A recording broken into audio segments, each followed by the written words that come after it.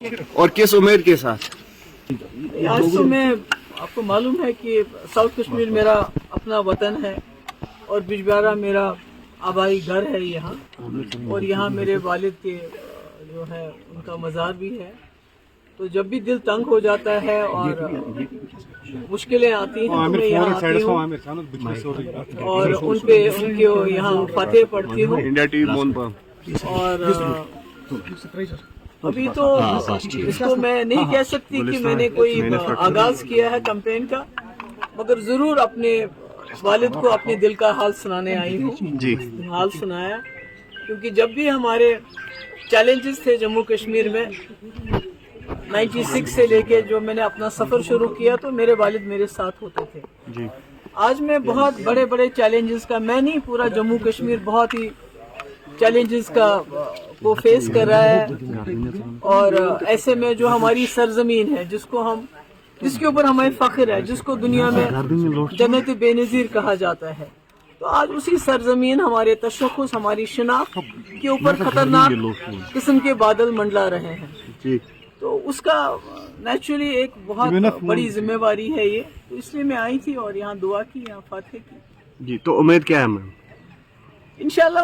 میری امید تو میرے لوگ ہیں، جی چاہے وہ ساؤتھ کشمیر کے لوگ ہیں جس وطن کی میں رہنے والی ہوں، چاہے وہ پیر پنچال کے لوگ ہیں جہاں میں نے شاید ہی کوئی گاؤں، کوئی جگہ، کوئی علاقہ وہاں ہو جب وہاں لوگ مصیبت میں تھے، جب وہاں لوگوں کو مارا جاتا تھا، دن دہاڑے قتل کیا جاتا تھا، چاہے وہ ملیٹنٹ تھے، چاہے وہ سرنڈرڈ ملیٹنٹ تھے یا فورسز کے لوگ تھے، تو کوئی جگہ میں نے چھوڑی نہیں جہاں میں نہیں گئی ہوں۔ اور میں نے کوشش کی ہے جب بھی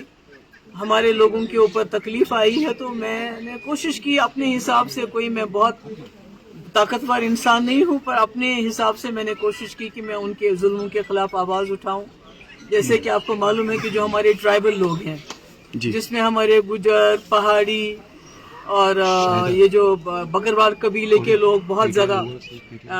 ان کے اوپر بہت زیادہ ظلم ستم کیا جاتا ہے، کیونکہ لگتا ہے ان کی کوئی سنوائی نہیں ہے، ان کا کوئی پوچھنے والا نہیں ہے۔ جیسے کہ آپ کو معلوم ہوگا کہ 2 دن پہلے جانی پور جموں میں بھی ایک حادثہ ہوا جہاں ایک ٹرائبل بچی کے ساتھ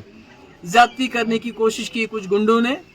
اور اس کے بعد جب اس کو بچانے کے لیے اس کی گھر کے ماں گئی اور بھی کوئی لیڈی چلی گئی تو ان کو اتنا پیٹا کہ ہسپتال میں وہ اس وقت داخل ہوئی ہیں، اور پولیس نے ایف آئی آر درج کرنے کے بجائے وہ کاؤنٹر ایف آئی آر دینا چاہتے ہیں۔ تو میں سمجھتی ہوں یہ ساری مشکلات، یہ سارے جو ظلم ہے اس کے خلاف میں نے وقتاً فوقتاً میرے پاس کیا ایک آواز ہی ہے وہ اٹھائی ہے۔ تو میں سوچتی ہوں کہ جموں کشمیر کے لوگ، بالخصوص جو میرے اپنے وطن کے لوگ ہیں، میرے غلام شاہ پادشاہ رحمت اللہ علیہ کے علاقے کے لوگ ہیں، وہ اس بات کی قدر کریں گے اور مجھے میری آواز کو طاقت دیں گے۔ غلام نبی آزاد ہے، وہ کمپٹیشن کیسا دیکھ رہے ہیں آپ؟ دیکھیے یہ تو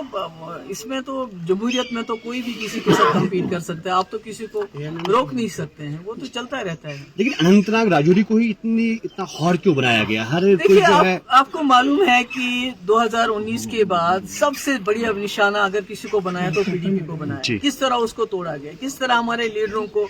کچھ کو لالچ دے کے کچھ کو بلیک میل کر کے نکالا گیا، پارٹی توڑ دی گئی۔ تو آج جب محبوبہ مفتی میدان میں آتے، کیونکہ 2019 سے میں نے کوشش کی ہے ان کے ظلم کے خلاف آواز اٹھانا، اس کے لیے بہت سی مجھے اذیتیں سہنی پڑی، میرے گھر والوں کو سہنی پڑی، اور مگر میں اپنی بات پہ قائم رہی۔ تو ان کو لگتا ہے کہ اگر یہ آواز پارلیمنٹ میں پہنچے گی تو شاید وہاں بھی ان کے لیے مشکلیں پیدا ہوگی، اور شاید جو جموں کشمیر کے اصلی حالات ہیں، خالی جموں کشمیری میں لداخ کی بات بھی کرتی ہوں کہ جو اصلی حالات ہیں تو کہیں ان اصلی حالات کی عکاسی نہ ہو جائے، اور یہ جو ڈول پیٹتے ہیں جموں کشمیر میں سب کچھ ٹھیک ٹھاک ہے، تو وہ ان کا جو بات ہے جو اس میں راز سے پردہ اٹھ جائے گا۔ تو اس لیے ان کی کوشش ہے جتنا بھی ہو سکے محبوبہ مفتی کو پارلیمنٹ سے باہر رکھا جائے۔ بہت بہت شکریہ۔